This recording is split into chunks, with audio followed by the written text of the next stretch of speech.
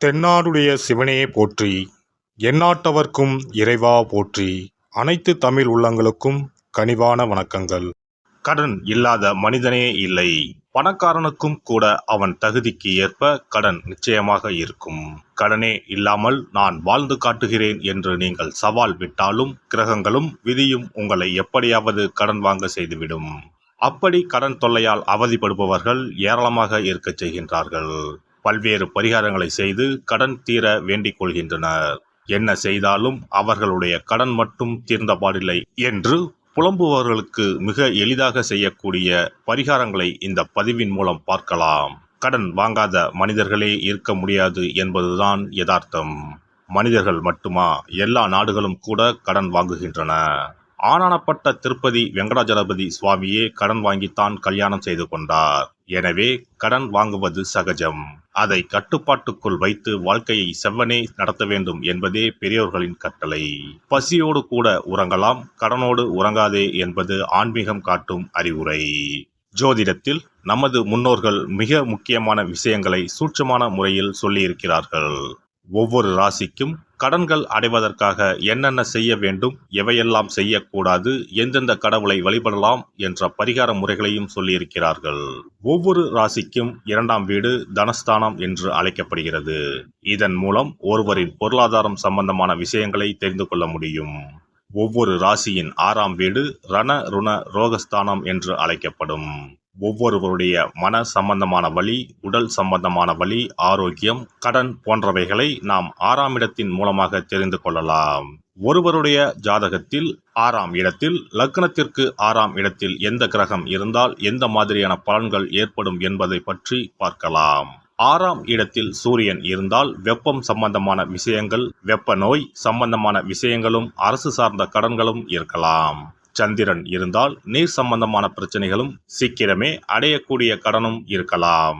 செவ்வாய் இருந்தால் இரத்தம் சம்பந்தமான பிரச்சனைகளும், பூமி சம்பந்தமான கடனும் இருக்கலாம்.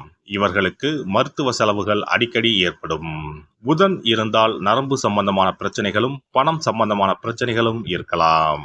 குரு இருந்தால் வயிறு சம்பந்தமான பிரச்சனைகளும், தெய்வ கடன் சம்பந்தமான விஷயங்களும் இருக்கலாம்.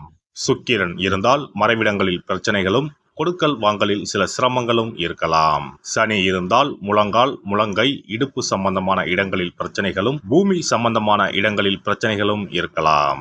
ராகு இருந்தால் முகம் சம்பந்தமான பிரச்சனைகளும், பூர்வீக வழியில் சொத்துக்கள் பிரச்சனைகளும் இருக்கலாம்.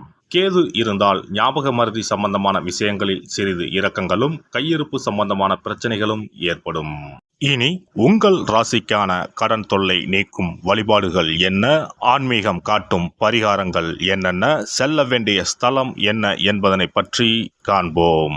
உங்கள் வாழ்வில் கடன் அடைந்து வளமும் நலமும் செல்வ செழிப்பும் பெற்று வாழ்வில் உயரிய நிலையை அடைய எல்லாம் வல்ல எம்பெருமானை வேண்டி விரும்பி கேட்டுக்கொள்கிறேன். கும்பராசி. கும்பராசி என்பது காலபுருஷ தத்துவத்தில் 11வது ராசியாக உள்ளது. கும்பராசியின் அதிபதி சனி பகவான், தனாதிபதி குரு பகவான், ரண ருணாதிபதி சந்திர பகவான். கும்பராசிக்காரர்கள் அதிக மன உறுதி உடையவர்கள். நீண்ட முகத்தையும், உடல் மெலியதாகவும் சற்று உயரமானவர்களாகவும் இருப்பார்கள். கடமை உணர்ச்சி மிக்கவர்கள், பேசும் பொழுது படபடப்பாக பேசக்கூடியவர்கள். பகுத்தறிவாளர்கள், சீர்திருத்த கொள்கைகளில் விருப்பம் உடையவர்கள். பங்கு வர்த்தகம் எப்பொழுதுமே இவர்களுக்கு கை கொடுக்கும். பங்கு வர்த்தகத்தில் சிறந்த திறமையுடன் செயல்பட்டு அதில் நிறைய சம்பாதிப்பதில் திறமையானவர்கள். கும்பராசிக்காரர்கள் பொருளாதார நிலையை பொறுத்தவரை தனம், வாக்கு, குடும்பஸ்தானாதிபதியான குரு பகவான் சுபகிரகம் ஆகையால் உங்களுக்கு பொருளாதார நிலை சுபிட்சமாகவே இருக்கும். நடுத்தர வயதிற்குள் வாழ்க்கைக்கு தேவையான அனைத்தையும் சம்பாதித்து விடுவீர்கள். வீடு வாகனம் வசதிக்கு குறைவிருக்காது. ஆடம்பர வாழ்க்கை இந்த ராசியில் பிறந்த பெரும்பாலான பேருக்கு அமையும். பணம் சார்ந்த விஷயங்களை கையாளும் போது வாழ்க்கை துணை உங்களை சரியாக வழிநடத்துவார். இவர்கள் வளர்பிறையில் திங்கள் வியாழன் ஆகிய நாட்களிலும், தேய்பிறையில் திங்கள் புதன் ஆகிய நாட்களிலும் கடன் வாங்குவதை தவிர்ப்பது நன்மையை தரும். பைரவர் மற்றும் முருகன் கோவில்கள் சென்று வருவது நன்மை தரும். கிழக்கு தெற்கு நோக்கி கடனை அடைப்பது நன்மையை தரும். செவ்வாய், புதன், வெள்ளி ஆகிய கிழமைகளில் கடன் அடைப்பதை தொடங்கினால் சீக்கிரம் கடன் அடையும். கும்பராசி அன்பர்களே, அபிராமி அந்தாதி சொல்லி அம்பாள் வழிபாடு செய்து வருவது மிகவும் நல்ல பரிகாரம். செவ்வாய் மற்றும் சுக்கிர ஹோரைகளை இவர்கள் பயன்படுத்துவதன் மூலம் கடன்கள் அடைவதற்கு ஏற்ற சூழ்நிலைகள் உருவாகும். தினசரி வீட்டில் 5 முக தீபம் ஏற்றி அம்மனை வழிபாடு செய்து வருவதும் நல்ல மாற்றத்தினையும் ஏற்றத்தையும் கொடுக்கும். சிறப்பு வழிபாடு. குலதெய்வ வழிபாடு குறைகளை தீர்க்கும். முந்தைய வினைகளின் காரணமாக உண்டான கடன் தொல்லைகளிலிருந்து மீள குலதெய்வ வழிபாடு உங்களுக்கு துணை செய்யும். 3 பௌர்ணமிகள் தொடர்ந்து குலதெய்வ வழிபாடு செய்து வந்தால் கடன் தொல்லை படிப்படியாக குறையும். ஆண்டுக்கு ஒரு முறையாவது கட்டாயம் குலதெய்வ கோவிலுக்கு சென்று வர வேண்டும்.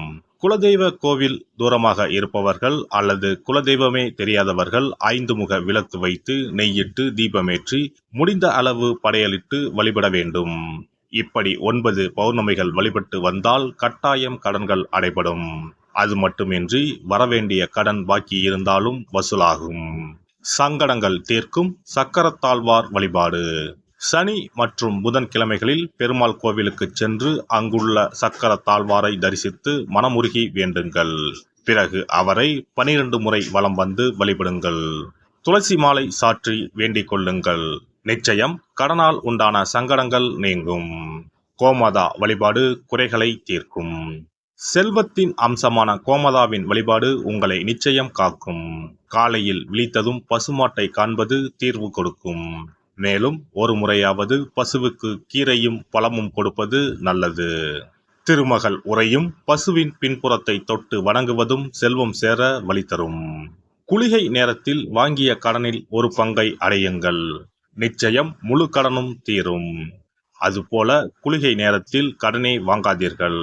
அடகு வைத்த நகைகள் வீடு வந்ததும் நன்கு சுத்தம் செய்து மஞ்சள் நீரில் போட்டு பூஜை அறையில் ஒரு நாள் வைத்த பிறகே உபயோகப்படுத்துங்கள்.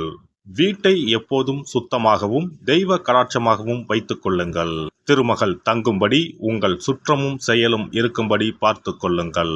கடன் தீரும் வரை பூஜை அறையில் மஞ்சள் பொடியால் அக்ஷயம் என்று எழுதி வாருங்கள். தோரண கணபதியை அன்றாடம் விளக்கேற்றி வழிபடுங்கள். சதுர்த்தி நாட்களில் நைவேத்தியம் சமர்ப்பித்து வழிபடுங்கள். நிச்சயம் கடன் தீரும். ருண விமோசன பைரவர் வழிபாடு கட்டாயமாக உங்களின் எல்லா கடன்களையும் தீர்க்க உதவும். அதுபோல பிரதோஷ வழிபாடு நிச்சயம் எத்தனை பெரிய கடன்களையும் படிப்படியாக தீர்க்க உதவும். அதுபோல பஞ்சமி தினத்தில் அம்பிகையை எண்ணி விளக்கேற்றி வழிபட்டால் கடன் பிரச்சனைகள் தீரும். வெண்கலம் அல்லது பித்தளை விளக்கு வாங்கி வசதியில்லாத சிவாலயத்துக்கு தானம் கொடுக்கலாம். செவ்வாய் பகவானின் திருவருள் இருந்தால் கடன் இல்லாத வாழ்க்கை அமையும். விரய செலவுகள் குறையும். எனவே செவ்வாய் தோறும் செவ்வாயின் அதிபதியான முருகப்பெருமானை வணங்கி வேண்டலாம். சஷ்டி கவசம் பாடி சஷ்டி விரதம் இருப்பதும் கடன் சுமைகளை அறவே ஒழித்துவிடும். எல்லாம் வல்ல இறையருளால் நீங்களும் உங்கள் அன்பு குடும்பமும் உடல் நலம், நீலாயுள், நிறை செல்வம், உயர் புகழ், மெய்ஞானம் ஓங்கி வாழ்க வளமுடன். இந்த வீடியோ பதிவு உங்களுக்கு பிடித்திருந்தால் லைக் பண்ணுங்க, கமெண்ட் பண்ணுங்க, ஷேர் பண்ணுங்க. மறக்காம சப்ஸ்கிரைப் பண்ணுங்க. பக்கத்துல இருக்கிற பெல் பட்டனை கிளிக் பண்ணுங்க. நன்றி, வணக்கம். ஓம் நமச்சிவாய. சிவாய நம.